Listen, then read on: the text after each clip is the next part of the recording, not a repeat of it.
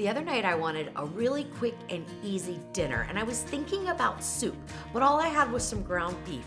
So guess what? I made a ground beef vegetable soup that is ready in minutes, and it's absolutely delicious, and I had to share it with you. Welcome to the Salt and Pepper, where we cook for real life using real food and we keep it real simple. Today's recipe is super simple. I mean, so simple, you won't believe it. There's hardly any prep to it. In fact, you could make this a zero prep soup, and I'm gonna share those details with you in just a minute. But I'm gonna do a little bit of prep just by cutting up some potatoes. So I'll get to that in just a minute. All right, let's get to making our hamburger vegetable soup or ground beef vegetable soup. Now you could use leftover hamburgers though, like if you had a cookout, you could definitely crumble those up and use them. All right, I'm using the Ninja Foodi pressure cooker. You can use any electric pressure cooker that you have, or you could even cook this on the stovetop. You just need to simmer it for about 30 minutes or so. All right, let's get started because you won't believe how easy this is. All right, so I have some frozen corn. You could use canned if you want it or fresh, no problems. And it is 2 cups of frozen corn going in. And then in this measuring cup, I have 2 cups of those little mixed vegetables and 2 cups of green beans. Now, when I sent Jeff to the store, I said get string beans. I wasn't thinking that he was gonna get French style. So usually I would use cut green beans or string beans that are, like cut in half, but not French style. French style are a little different, but you know what? It's what I have, it's what we're using. 2 cups of those, which is about 12 ounces. Actually, I should say, it's more than 2 cups. It's 12 ounces because that's how they come in the bag. And it's a little over 2 cups each. So maybe 2 1/4 cups. But you can put in 1 cup, 2 cups, 3 cups. It really doesn't matter. You can make as much or as little soup as you want. You can put whatever vegetables you want in there. I do recommend using frozen or a heartier vegetable like potatoes because we are going to pressure cook. All right. So next up, let's get in the seasoning blend, which is, again, really easy, 4 spices. We have 2 teaspoons of fine grind sea salt, 1 teaspoon of black pepper, 1 teaspoon of onion powder, and 1 teaspoon of garlic powder. Now, you can add in different seasonings, of course. You can add in some basil, some oregano, whatever you want. You can add in fresh garlic if you wanted, whatever you want. This soup is just so easy. All right, next thing is I'm going to cube up some potatoes. Now, I mentioned a little bit earlier, if you didn't want to do any prep work, meaning not cut the potatoes, which these are Yukon Gold. I'm leaving the skin on because why not? And I'm using 1 pound. I'm cutting them in about, I don't know, 1.5 inches or so in size. We need them to cook in 2 minutes, so you don't want to leave them whole or even half. You do need to cut them up. Now, the zero prep option would be get some elbow macaroni or some small, there's the bow tie pasta. They have mini bow tie pasta, which is how I tested the recipe because I didn't have potatoes at home that night. And it was delicious. Same cook time, same everything. Just put in about a cup or so of the pasta. Now the pasta is going to absorb some liquid, more so than the potatoes, okay? So we do compensate for that by adding a little bit more liquid. Now I know some of you are probably saying, what are you doing? You're putting all these vegetables in, you haven't even sauteed the beef yet. Hey, this is low prep. I'm not going to saute the beef. You don't need to. It turns out amazing. I was really lazy this night. I just wanted to dump everything in and pressure cook for a short time and eat dinner. And let me tell you, it worked out amazing. No ground beef sauteing. And I also didn't even chop up an onion. I love it. Okay. So now, before we throw the ground beef in, we want to judge how much liquid we have. I have 8 cups here, but I'm not sure I'm going to use it all. Because remember, the pasta will absorb liquid, so I did use 8 cups in my test recipe, but I may not need that much in this one. So we're just going to eyeball it here. So what I want is to put in enough, and that looks good. So that's about 6 cups. And that should be absolutely perfect, okay? So 8 cups if you're gonna use pasta, 6 cups if you're not, okay? All right, Or you could use rice. You can make this with rice. And I would definitely use the 8 cups if you're gonna do rice as well. All right, now look, just take little bits of it and just scatter it around. Okay, I know people are like, what? I'm using 80-20. And no, I'm not draining it, obviously, because I'm not sauteing it. The fat brings a richness into the soup. It is simply amazing, okay? But you could use a leaner cut if you wanted. You could use 90-10 or 85-15 or 93-7, whatever you want. You could use turkey. You could do this with ground chicken. I mean, there's just so many options. You could also leave the meat out of it and just make it a vegetable soup. A really quick one. All right, so once I break this pound of ground beef up, we will get under pressure.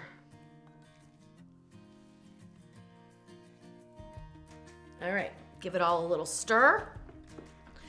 I like to get the meat under the liquid. Now, when you do ground beef this way, what's gonna happen is you're not going to, it's not gonna break up anymore. So you wanna have it in the size pieces that you want in your soup, which I like them a little chunky, but if you wanted them a little finer, there's 2 things you can do. Put them in little smaller pieces, or at the end when you're done, take something through and kind of, mash up the meat a little bit. All right, we're gonna close the pressure lid, make sure we're on the sealed position, turn the pressure cooker on, take the slider, if you're using the OL series of Ninja Foodi, over to the left. We're gonna go on high pressure for 2 minutes with an immediate release. Hit start. Now, one thing I could have done, but really it doesn't save that much time, is I could have started to heat up the liquid, okay? I could have either added in hot broth to speed up that process, or I could have, like I said, heated it up using sear saute. But I decided not to even worry about that because it doesn't make that much of a difference. If you are using pasta, though, I wouldn't recommend it. You do need the time to pressure to fully cook that pasta, okay?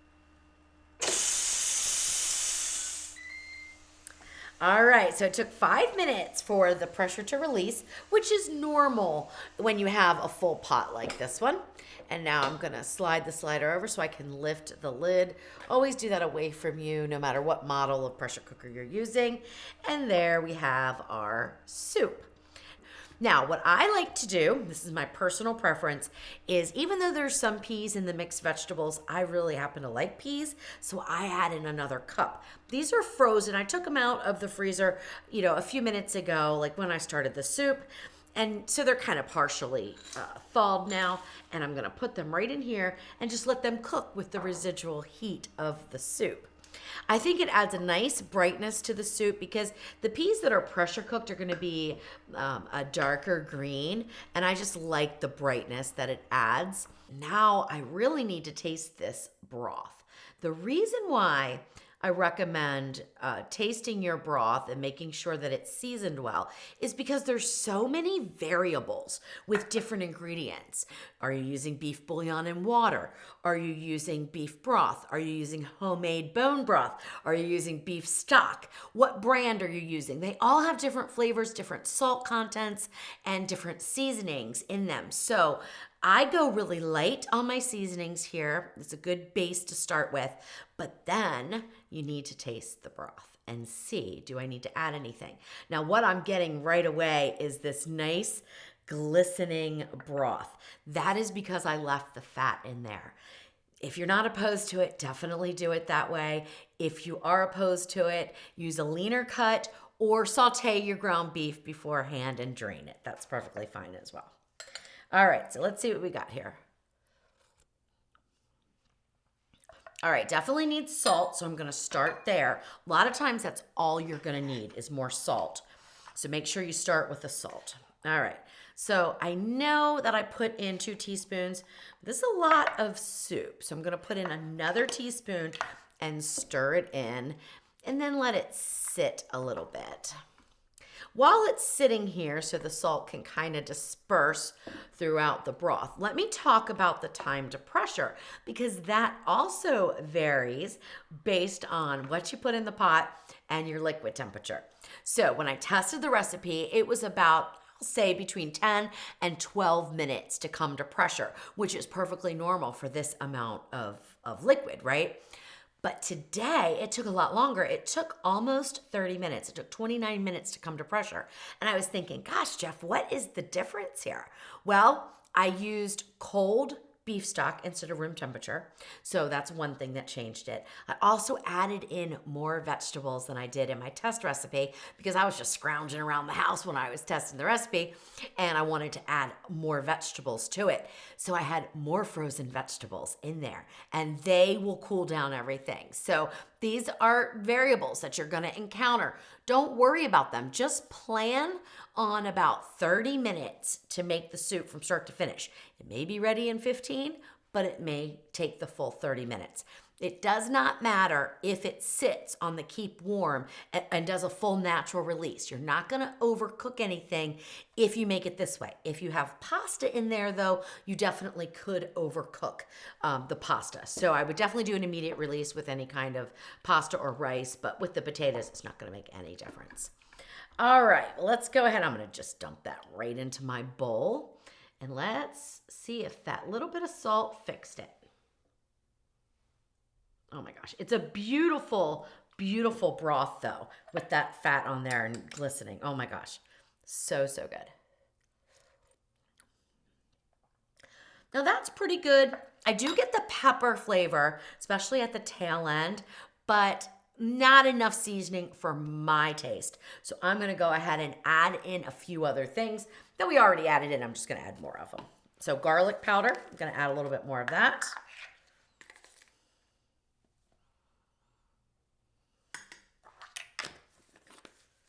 Start with a half of a teaspoon of each. So that will be 1.5 teaspoons that I've gone up to. And again, if you're using a beef bouillon or a beef consomme or a more flavorful beef broth, you're probably not going to need to do this because I certainly did not the first time. All right, let's keep going here. Just stir that in.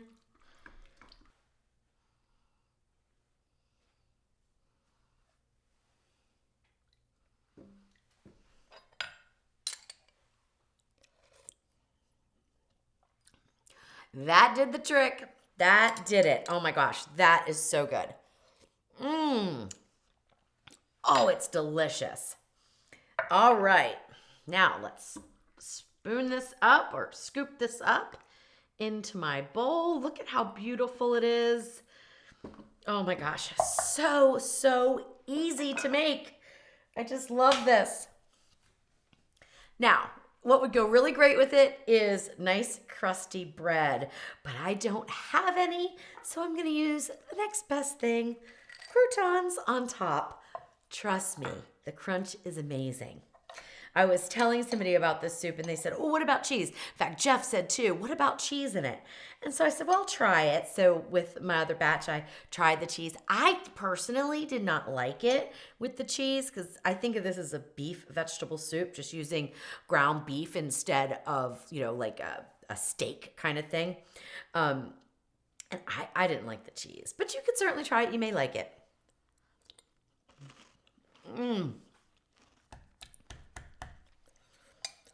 Oh my goodness. This is so, so good. And you will never know that that ground beef was not sauteed.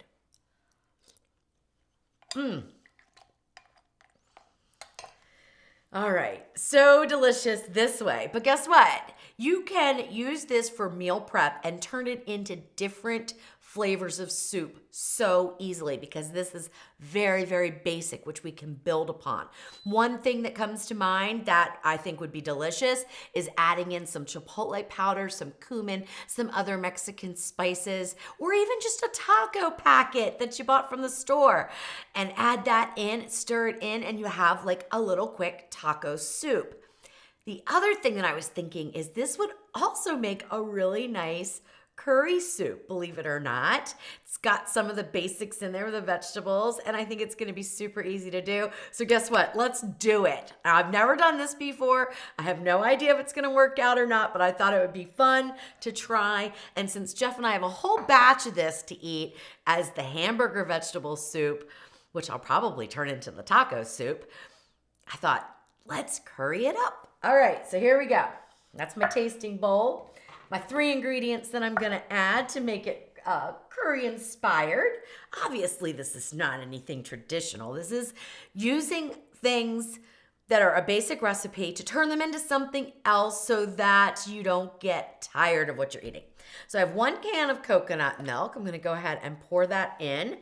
And it seems like there's quite a bit of the coconut cream, okay, on the bottom here. So I want to make sure I get that in. And stir that in.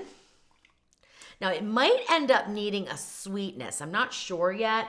Jeff says, well, why don't you add in some peanut butter? I said, well, I'm not sure yet. Let's see what we can do with just these 3 ingredients. Now, the chili garlic sauce, you can find it at any grocery store, really, in the Asian food aisle. It's pretty spicy, but I want this to be spicy. So I'm adding in a 1/2 tablespoon, and I may add some more. And then I just have some yellow dried curry powder. Let's start with 1 tablespoon. I don't know, is that too much? It might be, we'll find out. All right, so I just love these dishes where you can, turn them into something else, because I'm not a huge fan of leftovers, to be honest. And you can imagine I have a lot. So I'm always trying to think of new things to do when I have an abundance of something. This looks pretty good. Now, I'm not going to worry about putting it on sear sauté, but there is some of the coconut cream that looks like it's still solid, but I'm not going to worry about that for the video. All right, looks pretty good. All right, same thing. I'm just going to taste that broth and see if it's balanced. That is the most important thing. The rest of the ingredients are going to be just fine, but this...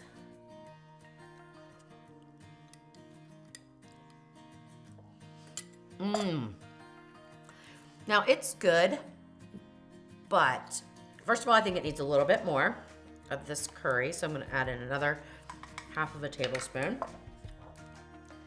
I really wish I had my curry paste because I prefer using that, but I don't, so that's okay. Stir that in, and I do think it needs a little bit of a sweetness. And peanut butter would be fine, and it would thicken it up, but I think I'm just going to add some brown sugar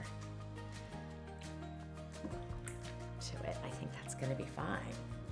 So let me grab a little bit of brown sugar, probably just about 2 tablespoons, if that, and maybe some red pepper flakes, because it's not really that spicy. Or we'll just add in another 1/2 tablespoon of that. Now watch, it's going to be like super spicy. Okay.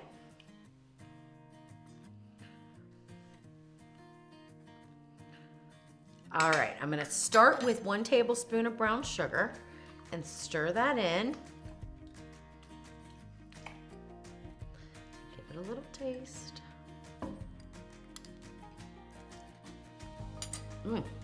That's all we need. Oh my gosh, that is so good. Now, I could probably use a little bit of like ginger and some lemongrass and things like that, just to sort of brighten it up. But for a quick switch from a traditional ground beef vegetable soup to a type of a curry soup, it's really good. Enjoy.